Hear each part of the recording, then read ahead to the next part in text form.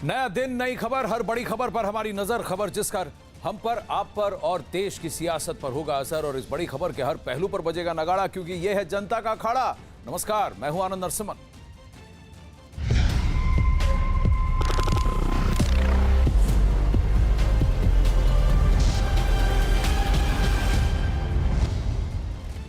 अखाड़ा में आज बात करेंगे नागरिकता कानून, एनआरसी और एनपीआर के खिलाफ माहौल बिगाड़ने की साजिश, इसके खिलाफ भड़काऊ बयानबाजी और संसद में बने कानून को लेकर असम्मान की। जी हां, एक वक्त था जब भारत के संत, महात्मा और बुद्धिजीवियों की तूती दुनिया के सर चढ़कर बोला करती थी।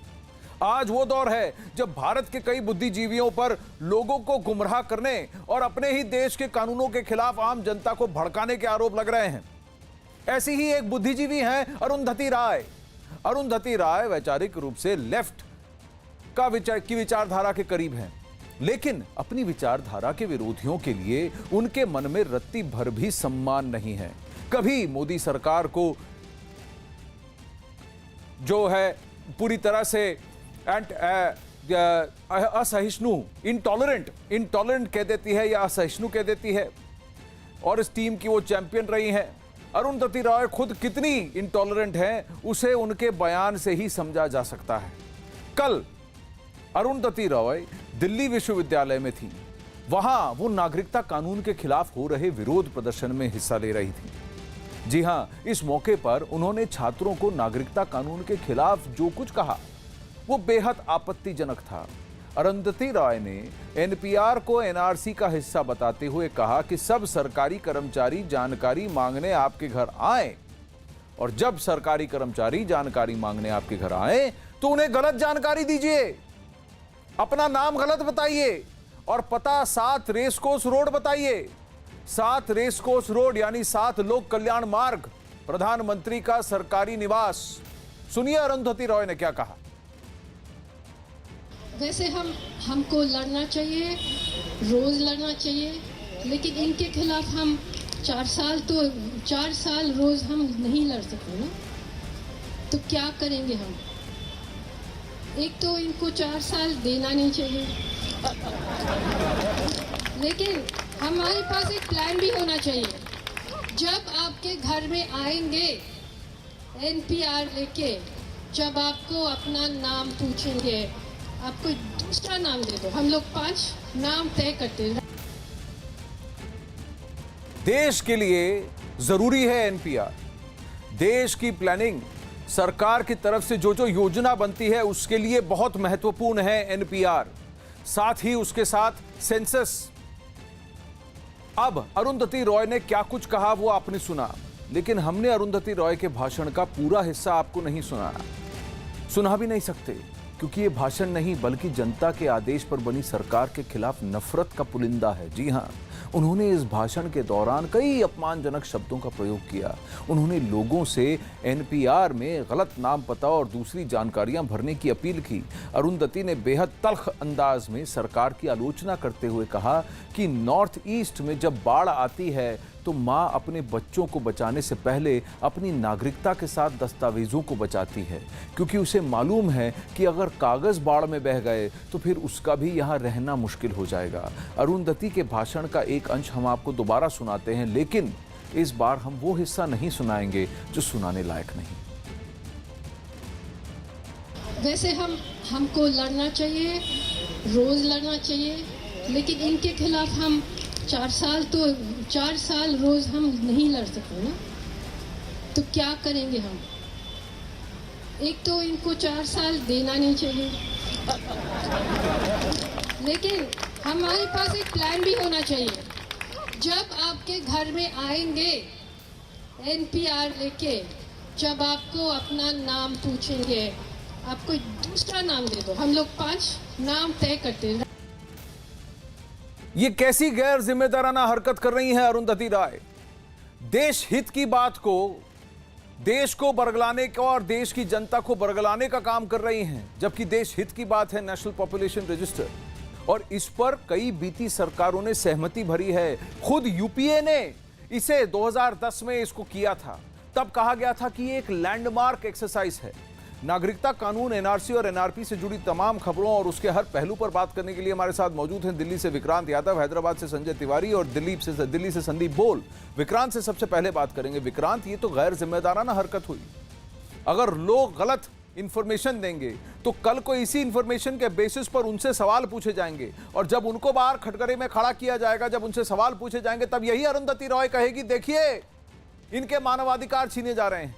क्या अरुंधति रॉय ये भूल गई कि जो नॉर्थ ईस्ट का ये हवाला दे रही हैं, जिन इलाकों का ये हवाला दे रही हैं, वहां की एथनिक जो बेसिस हैं, जो लोग हैं, वहां के स्थानीय लोगों को डिस्प्लेस कर वहां पर गैर मुल्की लोगों को पहले बसाया गया था। बीजेपी के कार्यकाल में यह नहीं हुआ। असम अकॉर्ड बीजेपी ने नहीं किया।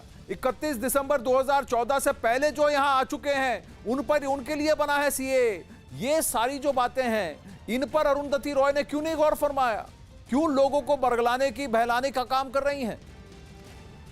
देखिए आनंद, कई तरह से आप अपना राजनीतिक विरोध कर सकते हैं, लेकिन जिस तरह से अरुंधति राय ने कल बोला है वो निश्चित तौर पर चिंताजनक इसलिए ज़्यादा है क्योंकि एनपीआर का जो मुख्य मकसद है वो है कि देश के जितने भी नागरिक हैं उनका एक रजिस्टर हो, जिसके हिसाब से देश की योजनाएं बनती हैं, उनकी प्लानिंग बनती है, उनका एग्जीक्यूशन बनता है कि किस तरीके से लोगों को वो दिया जाएगा। एक तो आप अगर कोई आदमी गलत जानकारी भरेगा उसके लिए तो दिक्कत होगी, क्योंकि सरकार ने साफ ये कह दिया है कि हम इस मामले में किसी तरह का कोई दस्तावेजी सबूत नहीं मांगेंगे। जो जनता जानकारी भर के देगी हम उस पर विश्वास करेंगे, क्योंकि हमें जनता पर विश्वास है। लेकिन अगर उसमें जानबूझ करके गलत नाम, गलत पते इस तरीके से डाले गए तो उसमें नुकसान जनता का भी है, क्योंकि जो योजनाएं बननी है उसके आधार पर, जो डाटा बनना है उसके आधार पर जो योजनाएं बनेंगी, जो खाका बनेगा, वो तैयार होने में कई तरह की गड़बड़ियां होंगी और उसका सही लाभ, जो सही उपयुक्त व्यक्ति है उस तक उनका लाभ नहीं पहुंचेगा। तो दो तरफा उनके लिए दिक्कतें होगी। एक तो सरकारी दस्तावेजों में उनकी जानकारी गलत जाएगी, और दूसरा जो योजनाएं जिनका लाभ उन्हें मिलना है सरकारी योजनाओं का, वो उन तक नहीं पहुंचेंगी। तो राजनीतिक विरोध करने के तमाम अन्य तरीके हैं, लेकिन इस तरीके से ये रुख लेना कि आप उस पर सरकारी दस्तावेज, जो एनपीआर एक सरकारी दस्तावेज है, उस पर गलत जानकारी लिखिए या नाम, पता, एड्रेस सब कुछ गलत लिखिए, तो निश्चित तौर पर एक तरह से जो सरकारी व्यवस्था है वो चरमराने की तरफ ले जाने की बात की जा रही है, और उसका नुकसान नागरिकों को ही सबसे ज़्यादा भुगतना पड़ेगा, क्योंकि सरकारी योजनाएं उन्हीं के लिए बनती है और उसी हिसाब से बनती है। विक्रांत, सबसे बड़ी बात यह है, ये अपने आप को बुद्धिजीवी कहते हैं और इनको ये नहीं मालूम कि 7 रेस कोर्स रोड अब रहा ही नहीं, 7 लोक कल्याण मार्ग है। तो यानी कि इनकी जो आइडियोलॉजिकल इश्यूज हैं, जिस आइडियोलॉजी को पकड़कर ये खड़ी है, और अगर मान लीजिए किसी की खिलाफत कर रही है, वहां पर देश हित की बात को कैसे भूल गई? देश के नागरिक को किसी भी कानून से कोई खतरा नहीं है, ये उनका कहना, ये उनकी जिम्मेदारी बनती है लोगों को कहना, ना कि लोगों को ये कहा कि आप देश का हित करें। देखिए बिल्कुल आनंद, जिस तरीके की उन्होंने कहा कि राजनीतिक विरोध, देखिए कई स्तर पर हो रहा है, कई छात्र संगठन भी कर रहे हैं, कई सामाजिक संगठन भी कर रहे हैं। लोकतंत्र की सबसे बड़ी खूबसूरती यही है कि आप विचारों की असहमति रख सकते हैं, अपने विचार अगर उससे अलग हैं आपकी सरकार की नीतियों से, तो नीतियों की खिलाफत हो सकती है। लेकिन इस तरीके से लोगों को इंस्टिगेट करना कि आप अपने नाम पते गलत लिखिए, और जो जिस तरीके की भाषा उन्होंने बोली है जो नहीं दिखा पा रहे हैं हम अपने दर्शकों को, क्योंकि वो सुनने के लायक नहीं है। राजनीतिक विरोध की स्थिति इस कदर तक नीचे नहीं जानी चाहिए कि आप देश के बारे में, देश के प्रधानमंत्री और बाकी लोगों के बारे में इस तरीके की शब्दावली का इस्तेमाल करें। तो राजनीतिक विरोध किया जा सकता है अगर किसी भी योजना का, किसी भी खामी का आपको लगता है कि इस मामले में गलत है, तो उसका राजनीतिक और सामाजिक विरोध हो सकता है। लेकिन इस तरीके से लोगों को इंस्टिगेट करना और लोगों को ये कहना कि आप सरकारी योजनाओं के लिए जब वो फॉर्म भरा जाएगा तो उसमें गलत जानकारी, अपना नाम, पता, एड्रेस 7 RCR का लिख दीजिए, 7 लोक कल्याण मार्ग जो हो गया है, तो ये सब चीजें बेहद ही चिंताजनक हैं कि अगर जो एक सामान्य आदमी, जो पढ़ा लिखा व्यक्ति नहीं है, जो अनपढ़ है, उसको इस तरीके से, उसके बीच में इस तरीके की बातें जाएंगी, तो कहीं ना कहीं वो उससे अगर प्रभावित हो करके यही बातें लिखेगा तो उसको ये नहीं मालूम कि इसका खामियाजा उसे खुद को भी भुगतना पड़ेगा। अखाड़ा के दर्शकों को यह जानने की जरूरत है कि ये लोग किसी के हित में नहीं, सिर्फ अपने हित की बात कर रहे हैं। अगर देश हित की बात होती तो सबसे पहले ये कहते हैं कि अगर कोई आपसे सेंसस के लिए, जनगणना के लिए या नेशनल पॉपुलेशन रजिस्टर के लिए आपसे इंफॉर्मेशन मांगता है तो सही इंफॉर्मेशन दीजिए। आप कहां पैदा हुए, आपका आइडेंटिटी कार्ड क्या है, आपके परिवार में कितने जन हैं। इस देश के किसी नागरिक के खिलाफ कोई कानून नहीं बना है। देश के नागरिक को डराकर, उनको बहलाकर, उनके मन में भ्रम पैदा करने का काम जो कर रहे हैं वो देश का हित कर रहे हैं। और फिर यही लोग जो खुलेआम इस तरह से भ्रम फैला रहे हैं, कहते हैं उन्हें बोलने की आजादी नहीं है। सोचिए, देखिए, जब आजादी मिलती है तो उसका कैसे दुरुपयोग कर रहे हैं ये लोग। अरुंधति रॉय का बयान आपत्तिजनक है, इससे कोई असहमत नहीं हो सकता। केंद्रीय मंत्री गिरिराज सिंह ने अरुंधति रॉय के बयान को देशद्रोह करार दिया है। भारत को लोगों ने क्या समझ लिया है? लोकतंत्र, और ये सेकुलरिज्म शब्द एक आ गया है। अरे ये मैं अभी पहले कहा, ये तभी तक बोलने की आ जाती है जब तक भारत में हिंदुओं की आबादी है, तब तक। उसके बाद लोकतंत्र ये लोग रहने नहीं देंगे। देश के गरीबों को भड़काएं, इन लोगों पर तो देशद्रोह का मुकदमा चलना चाहिए। गिरिराज सिंह का तीखा अंदाज, उन्होंने किया अरुंधति रॉय की खिलाफत और उनका तिरस्कार। लेकिन सबसे बड़ी बात यह है, देशद्रोह हो या ना हो, देश के हित की बात तो जरूर कर रही हैं अरुंधति रॉय। देश के हित की बात कैसे कर रही हैं? अपने राजनीतिक और वैचारिक जो उनकी ऑपोजिशन है, आइडियोलॉजिकल ऑपोजिशन है, उसको लेकर देश के लोगों में भ्रम पैदा करने का कहां तक ये जिम्मेदाराना हरकत हुई। अब मध्य प्रदेश के पूर्व मुख्यमंत्री शिवराज सिंह ने अरुंधति रॉय के इस बयान पर जोरदार पलटवार किया। उन्होंने कहा कि अगर यही हमारे देश के बुद्धिजीवी हैं तो पहले हमें ऐसे बुद्धिजीवियों का रजिस्टर बनाना चाहिए। वैसे उन्होंने अपना नाम तो बता ही दिया, साथ में यह भी बता दिया कि उन्हें कुंग-फू की भी जानकारी है। अरुंधति जी को शर्म आनी चाहिए। ऐसे बयान देश के साथ विश्वासघात नहीं है तो क्या है? और सबसे बड़ी बात विक्रांत, अरुंधति रॉय को कुछ लोगों ने जानबूझकर आगे खड़ा किया है। अरुंधति रॉय तो सिर्फ कठपुतली है, ये नाच कोई और करा रहा है। अमित शाह, गृह मंत्री अमित शाह लाइव बोल रहे हैं, जरा सुनते हैं। हम हर घर को पीने का पानी देंगे तो दिल्ली भी तो देश में आता है, तो दिल्ली को भी मिलने वाला है। तो भाई केजरीवाल तैयार हो गए एक बड़ी एडवर्टाइज कर। एडवर्टाइज से दो काम उनके होते हैं, एक तो कोई योजना पर उनके नाम का थप्पा लगता है और अखबार वाले उनकी सरकार की बुराई नहीं करते। दोनों काम एक ही काम से कर लेते। चतुराई तो है, मगर मैं जानता हूं कि दिल्ली की जनता चतुराई को पहचानने वाली जनता है। किसने काम किया और किसने प्रचार किया, इसको जान। मित्रों, ये जो योजना बनेगी लगभग 1400 करोड़ से 30 हेक्टेयर भूमि पर टीओडी के मानदंड के आधार पर ये योजना पहली बार अपने समय पर पूरी होकर, मैंने जैसे कहा, दिल्ली की कार्य संस्कृति को बदलेगी। एक प्रकार से मिक्स यूज परियोजना है जिसका 70% आवासीय होगा, 20% वाणिज्य होगा और 10% नागरिक सुविधा में भी रहेगा।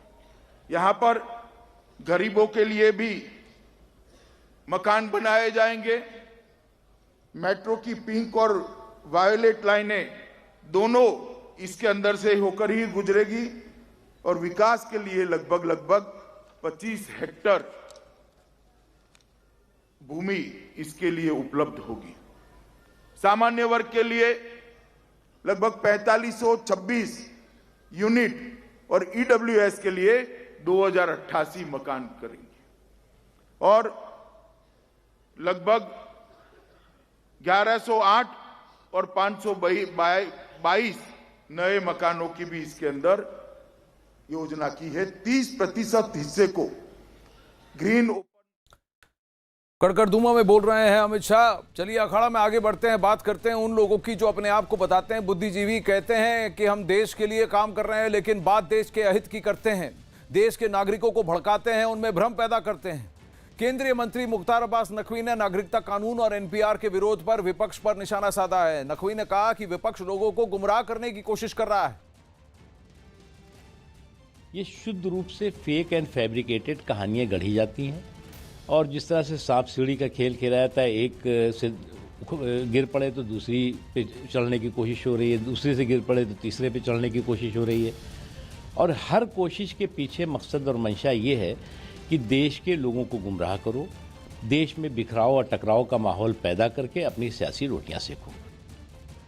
सबसे बड़ी बात विक्रांत ये है कि भले ही वो सीए हो, एनपीआर हो, एनआरसी हो, एक दूसरे से ये कड़ियां जुड़ी हो या ना हो, लेकिन सब कुछ अलग अलग एक्सरसाइजेज हैं। विपक्ष के किसी भी व्यक्ति को अगर सीए पर पूछा जाए तो वो एनआरसी की बात करते हैं, एनआरसी पे पूछा जाए तो वो सीए पर आ गिरते हैं। कहीं पर भी किसी ने भी जिम्मेदाराना बर्ताव नहीं किया है आज तक कि सही बात कहें और सरकार से सही सवाल पूछें।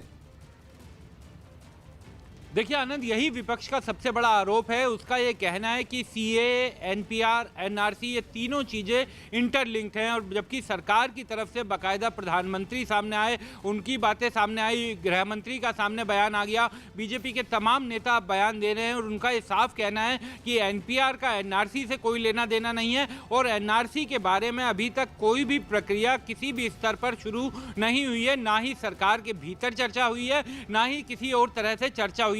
सीए का किसी तरीके से एनआरसी से कोई लेना देना नहीं है, बीजेपी तमाम मंचों से कह चुकी है। लेकिन कुछ ऐसे विपक्ष का ये कहना है कि कई ऐसे दस्तावेजी सबूत हैं जो पहले के लोकसभा में और बाकी जगह जवाब में कहा गया है कि जो डाटाबेस है एनपीआर का वो एनआरसी के लिए इस्तेमाल किया जाएगा, तो वो उसको हवाला बनाते हुए सरकार पर हमला कर रहे हैं, जबकि सरकार ये कई मंचों से साफ कर चुकी है। गृह मंत्री खुद सामने आकर ये बोल चुके हैं, प्रधानमंत्री ने अपनी बात कही कि एनआरसी, एनपीआर और सीए का आपस में कोई मकसद नहीं है। और एनपीआर पहले भी तैयार हुआ था, 2010 में भी तैयार हुआ था जब मनमोहन सिंह की सरकार इसे लेकर के आई थी, और ये पूरी तरीके से केवल देश की जनसंख्या, उसकी आबादी, देश के नागरिकों का एक रजिस्टर मेंटेन करने की प्रक्रिया है जो दुनिया के तमाम देशों में होती है। और कहीं भी ऐसा नहीं हो सकता कि कोई देश अपने नागरिकों का रजिस्टर ना रखे, उसके पास कोई ऐसा डाटाबेस ना हो कि देश के कितने नागरिक हैं, उनका क्या नाम पता है, कहां वो रहते हैं। बिल्कुल। और इस डेटाबेस की अगर बात कही जाए तो फिर 2011 में जब गृह मंत्रालय था और जब गृह मंत्री चिदंबरम साहब थे, तभी यह कहा गया कि देखिए एनआरआईसी की पहली सीडी एनपीआर हो सकती है नेशनल पॉपुलेशन रजिस्टर है, लेकिन एनपीआर एनआरआईसी नहीं है। सरकार अभी यह कह रही है कि देखिए एनपीआर और एनआरआईसी दोनों अलग अलग प्रक्रियाएं हैं, एनआरआईसी की प्रक्रिया अब तक हुई नहीं है, एनपीआर की प्रक्रिया जरूरी है जनगणना से पहले। 2021 में जो जनगणना है उससे पहले अप्रैल से लेकर सितंबर 2020 के बीच नेशनल पॉपुलेशन रजिस्टर की काम होगा। लेकिन सबसे बड़ी बात यह है कि क्या इस सरकार ने कहा कि देश का मुसलमान इस देश का नागरिक नहीं है? कौन है जो आके ये कह रहा है कि इस देश का मुसलमान इस देश का नागरिक नहीं है? आप खुद सोचिए, आप खुद देखिए, क्या सरकार ने आज तक कभी ऐसा कहा है? उन्होंने सिर्फ यह कहा है कि हमें बस ये जानना है कि इस देश के नागरिक कितने हैं और इस देश में गैर मुल्की कितने हैं। क्या यह जानने का हक हम आपको नहीं है, इस देश को नहीं है? आप खुद सोचिए। अब सीए को लेकर जन जागरण के लिए जो समिति बनी थी उसके कई बड़े नेताओं की दिल्ली में बैठक हो रही है। इस बैठक में कई मंत्री और पार्टी पदाधिकारी शामिल हैं। बीजेपी के कार्यकारी अध्यक्ष जेपी नड्डा ने पार्टी मुख्यालय में यह बैठक बुलाई है। बैठक में प्रहलाद पटेल और अर्जुन राम मेघवाल के अलावा भी कई केंद्रीय मंत्री शामिल हुए हैं। अब एनपीआर और एनआरसी के मुद्दे पर बीजेपी ने कांग्रेस पर पलटवार किया है। बीजेपी ने कहा है कि यूपीए सरकार ने कम से कम 3 बार देश को बताया था कि एनपीआर के बाद एनआरसी आएगा। बीजेपी के मुताबिक इसके लिए यूपीए सरकार ने 300 करोड़ रुपए का प्रावधान भी किया था। जी चिदंबरम साहब ये कह रहे हैं कि जो कांग्रेस के समय का एनपीआर था वो पूरी तरीके से अलग था, आपका एनपीआर अलग है और आपके एनपीआर का उद्देश्य एनआरसी से उसे जोड़ना है।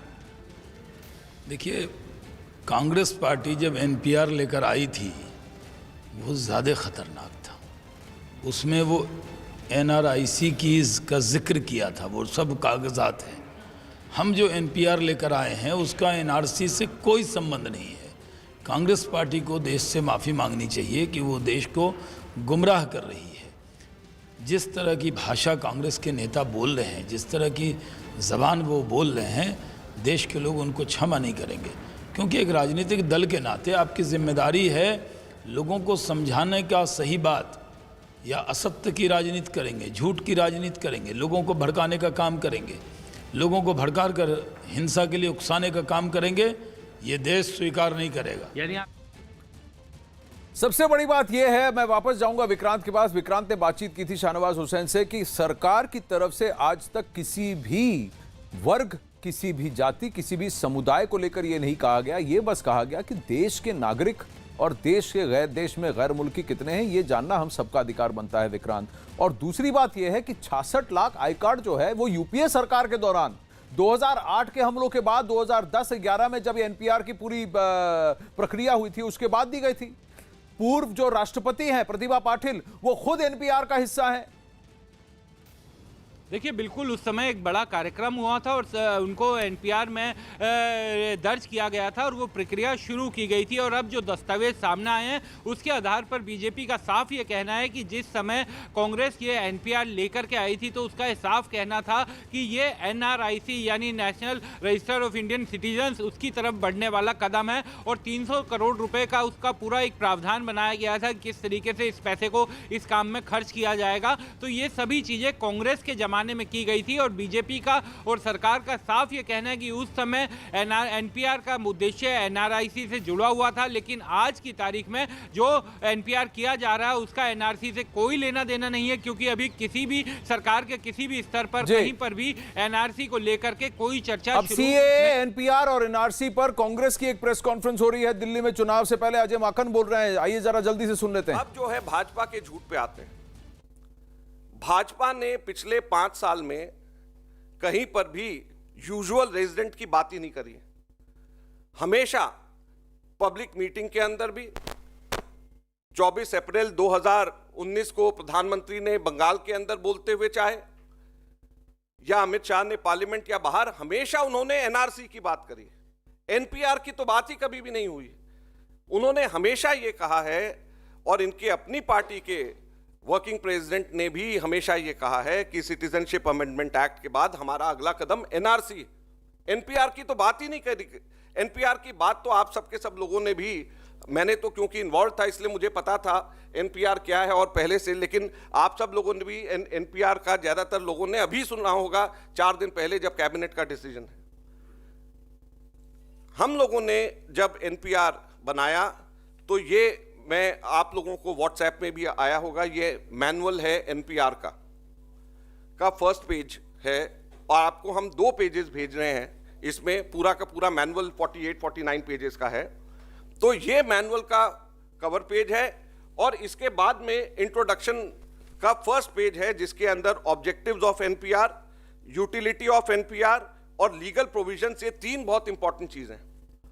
और ऑब्जेक्टिव्स ऑफ एनपीआर का है collection of personal details of all residents of the country. This is 2010। इसके अंदर जो है ये आप सब लोगों को व्हाट्सएप पे आ गया है। दी ऑब्जेक्टिव है कि the NPR envisages collection of personal details of all residents of the country.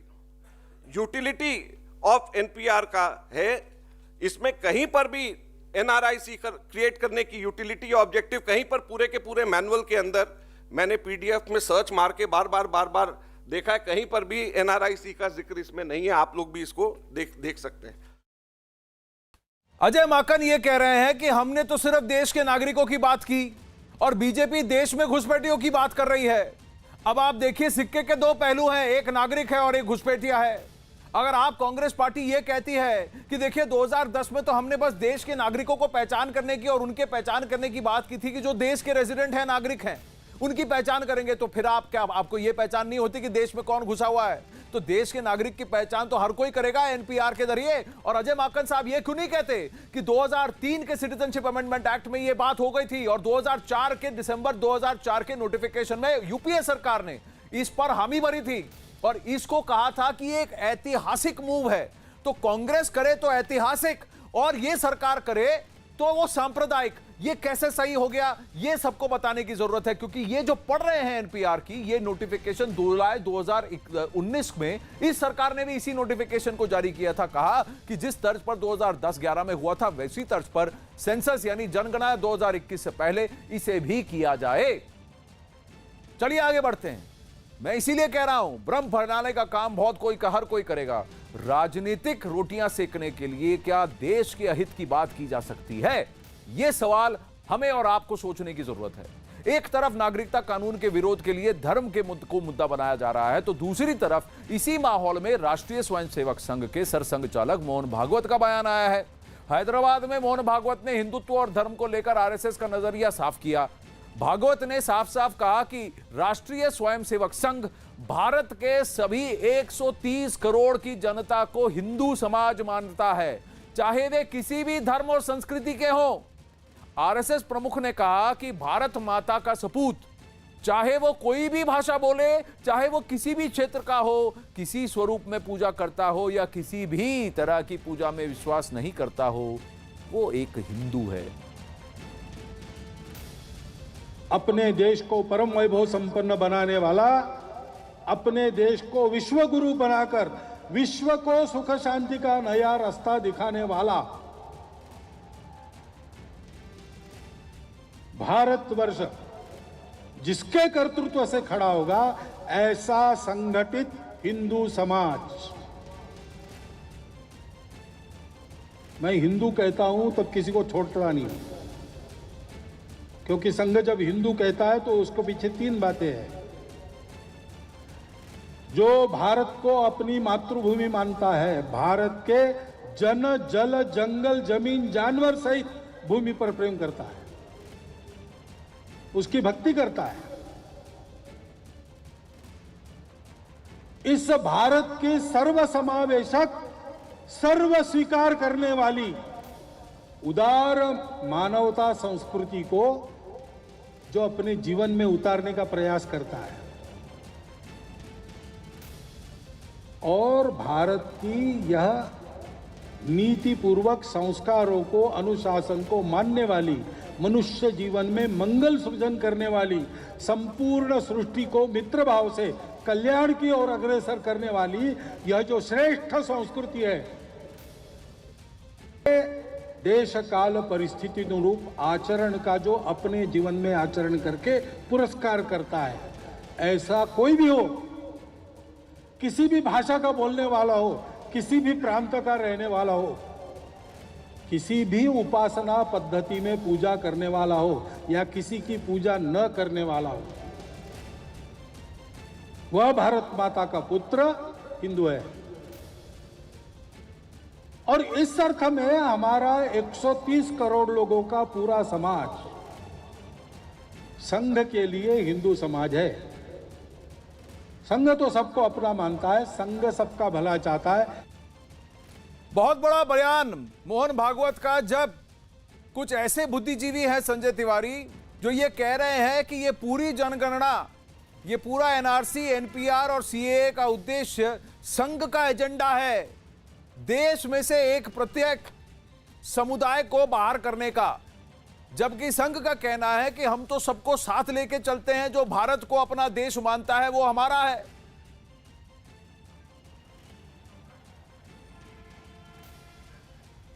बिल्कुल आनंद, एक जो खास बात जो हमारा अभी पूरा ये अखाड़ा जो डिस्कशन चल रहा है, उसमें साफ तौर पे जो भय का माहौल है वो किसी तरह से बनाए रखना इस पूरे ऑब्जेक्टिव समझ में आ रहा। मैं कहानी कल जब असदुद्दीन ओवैसी से कहानी को शुरुआत करूं, जो इससे ठीक पहले जो मोहन भागवत का जो पब्लिक मीटिंग हुई उससे ठीक पहले असदुद्दीन ओवैसी यहाँ पर हैदराबाद में के चंद्रशेखर राव से मिलने गए, और मिलने के बाद जब वो निकल के आए तो उन्होंने साफ तौर पर कहा कि जो एनपीआर है, इसको लेकर जो बातें हैं वहाँ वो चाहते हैं कि सारे नॉन बीजेपी जो चीफ मिनिस्टर है वो यूनाइट हो और कुछ इस तरह की एक्टिविटी हो जिससे कि ये प्रक्रिया रुके। उनका साफ तौर पे कहना है कि एनआरसी और एनपीआर दोनों जो है वो इंटरलिंक्ड है, और सरकार जो है वो कुछ जो अमित शाह हैं वो गलत बयान दे रहे हैं। अब ये भय का जो माहौल बनाने की कोशिश है वो उसको लेकर जो है लोगों के मन में सवाल पैदा हो रहे हैं। और इसी परिप्रेक्ष्य में जब हम एक कदम आगे बढ़ते हैं और उसको समझते हैं कि जब मोहन भागवत ने अपनी जनसभा में संबोधित किया तो उन्होंने कहा कि इस देश में कुछ इस तरह की शक्तियां हैं जो अपने स्वार्थ के लिए जो है लोगों को लड़ाने का कोशिश कर रही हैं। रविन्द्रनाथ टैगोर का जिक्र करते हुए उन्होंने ये बात कही, और फिर उन्होंने इस बात को जोड़ा कि हम इस देश में जो भी इस धरती पर जन्म लिया है वो और इसके अलावा जो यहाँ की संस्कृति को मानता है वो बेसिकली हिंदू है, यानी वो संस्कृति हिंदू है, यानी जो रहन सहन का तरीका है वो हिंदू तरीका है। उन्होंने कहा विचारधारा कोई भी हो, धर्म कोई भी हो, लेकिन जो जो संस्कृति से चलता है, जो एक दूसरे का सम्मान करता है और जो सबके कल्याण की बात सोचता है वो हिंदू है। इस परिप्रेक्ष्य में 130 करोड़ लोग हिंदू हैं। लेकिन अब इसी मोहन भागवत के बयान को लेकर तमाम हो हल्ला मच रहा है। कई बुद्धिजीवी जो है वो उनका कहना है कि इस तरह से जो है ये फिर से बीजेपी की तरफ से और आरएसएस की तरफ से जो आक्रमण है, लोगों की जो अभिव्यक्ति और धर्म और उपासना की आज़ादी है उस पर आक्रमण है। तो इस तरह का जो सबसे बड़ी बात है कि अपने आप को फिर कैसे बुद्धिजीवी कह सकते हैं संजय आप हमारे। Welcome back.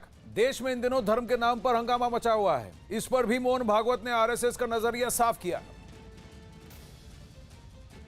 सबकी उन्नति एक साथ करने वाला, शरीर मन बुद्धि तथा आत्मा का सुख एक साथ देने वाला, व्यक्ति की, मानव समूह की, सृष्टि की, सबकी भलाई एक साथ करते हुए सबको परमेष्टि की ओर अग्रसर करने वाला, अर्थ और काम पुरुषार्थों को बहुत अच्छी तरह धर्म के अनुशासन में चलाकर मुक्ति की ओर सबको अग्रसर करने वाला धर्म, वो धर्म दुनिया में प्रादुर्भूत होता है, उसका संवर्धन होता है, उसके कारण सर्वत्र शांति, समाधान, सुख, सर्वत्र परस्पर व्यवहारों में प्रेम, संतुलन, सबका विकास, ऐसी बातें होती। और सात्विक प्रवृत्ति को लोग जानते हैं कि ये विजय हमारे उदाहरण से होनी है, ये उपदेश से होती नहीं, ये दूसरों को पीटकर होती नहीं।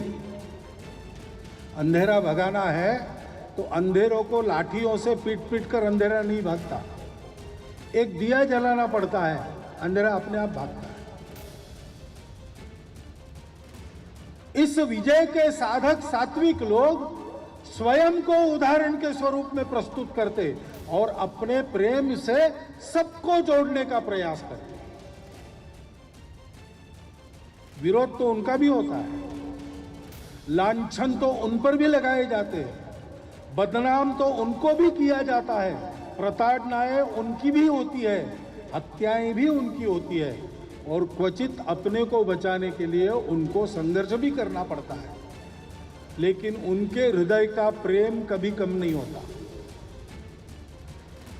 उनकी सबके प्रति सकारात्मकता, सबके प्रति स्वीकार की मनोवृत्ति, सबके प्रति आत्मीयता कभी भी विचलित नहीं होती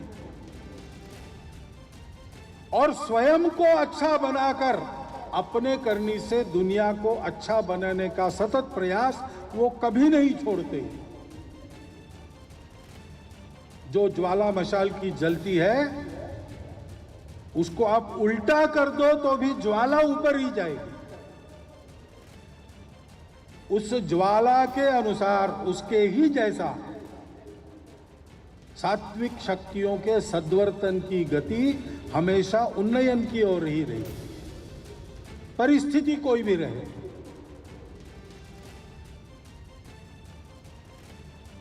ऐसा काम होने की आवश्यकता है, तब दुनिया में, देश में सात्विकता की विजय होगी, धर्म विजय होगी। सात्विकता यानी सत्य, साफ और सबका साथ। अब अगर मैं एक बात कहूं संजय तिवारी, मोहन भागवत और प्रधानमंत्री नरेंद्र मोदी कम से कम लग रहा है एक ही सुर में बोल रहे हैं।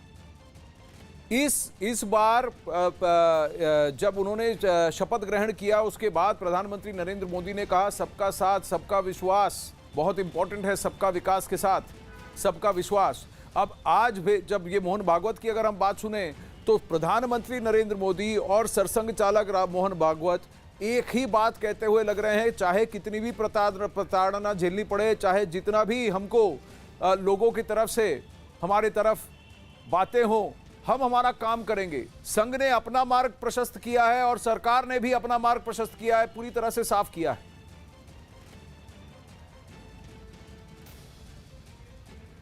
आनंद, लाइन और लेंथ तो सेम है और सेम होना भी चाहिए, वो तो जाहिर सी बात है।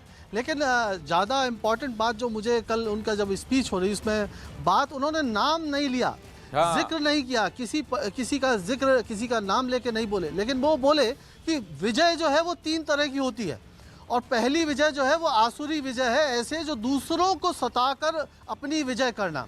दूसरी विजय होती है अपना स्वार्थ साधने के लिए विजय करना। तो ये दोनों विजय नहीं चाहिए। और कुछ उन्होंने उसके बाद एक लाइन बोली कि देश में कुछ ऐसी शक्तियां हैं जो इस 2 तरह के राजसी या तामसी किस्म के काम करने में लगी हुई है। इशारा साफ था, नाम नहीं लिया। लेकिन उन्होंने कहा कि संघ की कोशिश यह है कि उसको धर्म विजय करना है। और धर्म क्या है? वो धर्म यह है कि जो संस्कृति है, दूसरों का कल्याण है, सबका साथ, सबका विकास, सबका विश्वास, ये जो बात है, ये तीनों जो है उनका, उन्होंने कहा ये संघ का ऑब्जेक्टिव है। तो जाहिर तौर पे मोहन भागवत ने संकेतों में सारी बात कही और संकेतों में लास्ट में उसको समराइज कर दिया कि इस लिहाज से पूरे 130 करोड़ जो जनता है वो हिंदू है। अब आप उसको लेके किसी भी तरह का विलाप करते रहिए, लेकिन सच्चाई उन्होंने संघ के नजरिए से जो बतानी चाहिए, वो संघ ये मानता है कि 130 करोड़ की जनता को वो हिंदू मानता है। अब इस पर जाहिर तौर पर विरोध इसमें सबसे संजय बिल्कुल बहुत बड़ी बात है, क्योंकि मैं इसलिए कह रहा हूं क्योंकि भारतीय जनता पार्टी जो है, जब जनसंघ था और उसके बाद भारतीय जनता पार्टी आरएसएस का पॉलिटिकल ऑफशूट है, आरएसएस से ही उपजा है। ये राजनीतिक जो उनका चेहरा है, that is Bharatiya Janata party. अब अगर संघ और प्रधानमंत्री का ऑफिस और प्रधानमंत्री नरेंद्र मोदी, सरसंघ चालक और प्रधानमंत्री एक ही लाइन और लेंथ पर बात कर रहे हैं, तो इस लाइन और लेंथ और इस इक्वेशन को बिगाड़ने की बात कौन कर रहा है? चलिए, कांग्रेस की तरफ से भी पलटवार हुआ है। बीजेपी का भी अभी एक प्रेस कॉन्फ्रेंस चल रहा है, संबित पात्रा बोल रहे हैं, आइए सुनते हैं। आज राहुल गांधी जी ने कुछ ट्वीट किया है।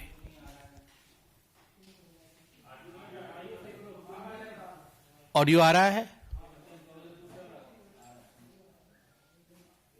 अशोक जी?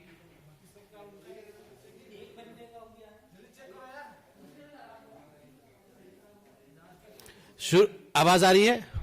Thank you. बंधुगण, आज राहुल गांधी जी ने कुछ ट्वीट किया है और जिस प्रकार का भाषा का प्रयोग किया है वो वाकई आपत्तिजनक है। राहुल गांधी जी ने कहा है कि आरएसएस के प्रधानमंत्री भारत माता को झूठ बोलता है। मुझे लगता है राहुल गांधी जी से भद्रता की अपेक्षा करना, राहुल गांधी जी से अच्छाई की अपेक्षा करना, अच्छे भाषा की अपेक्षा करना, यह बहुत ज्यादा एक्सपेक्ट करना है, यह बहुत ज्यादा अपेक्षा करना है। जहां तक राहुल गांधी जी का सवाल है, शायद उनको पता नहीं है कि प्रधानमंत्री आरएसएस के प्रधानमंत्री नहीं, भारत के प्रधानमंत्री होते हैं। उनके भी प्रधानमंत्री हैं, हमारे भी प्रधानमंत्री हैं और पूरे भारत के प्रधानमंत्री हैं। और जहां तक सच और झूठ का सवाल है, यह अतिशयोक्ति नहीं होगी अगर हम राहुल गांधी को झूठों का सरदार कहें।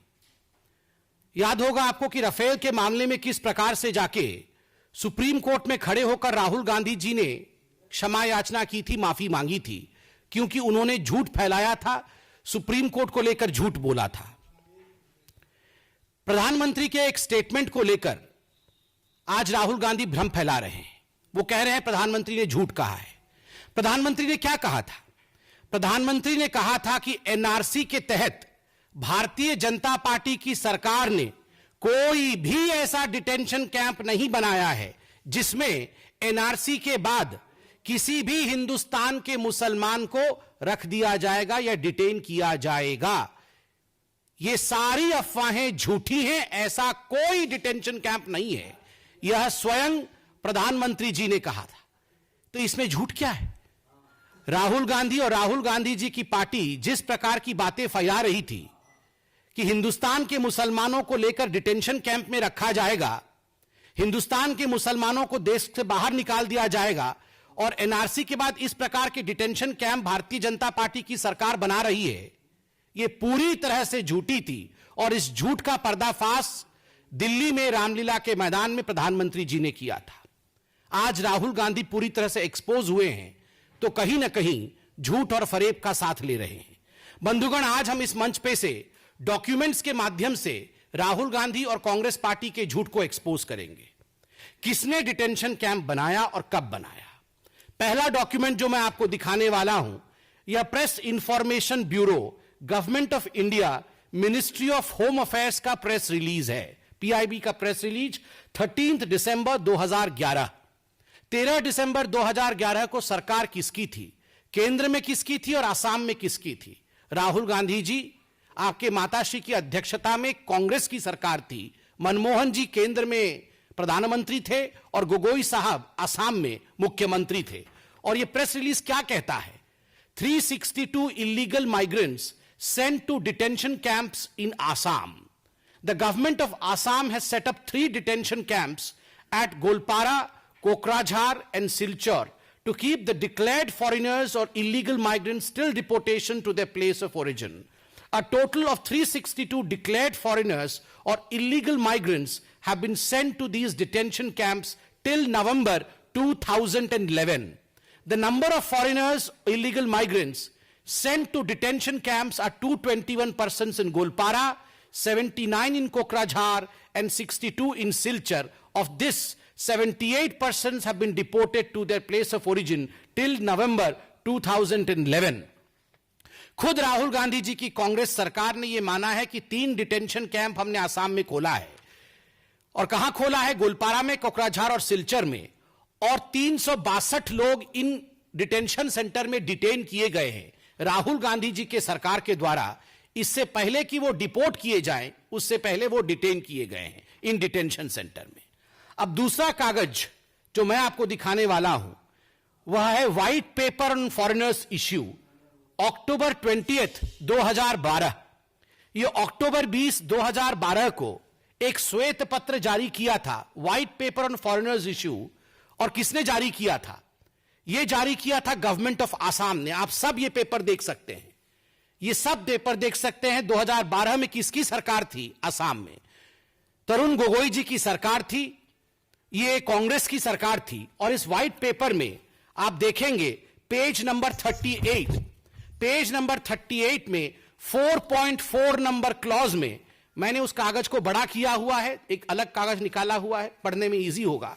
मैं उस 4.4 क्लॉज को पढ़ता हूं। क्लॉज का हेडिंग है detention centre.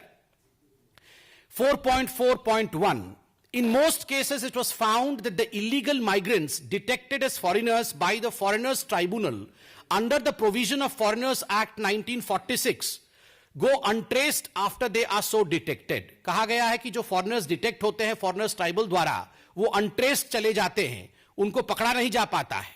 This has created hurdles in deportation of the foreigners detected by the Foreigners Tribunal.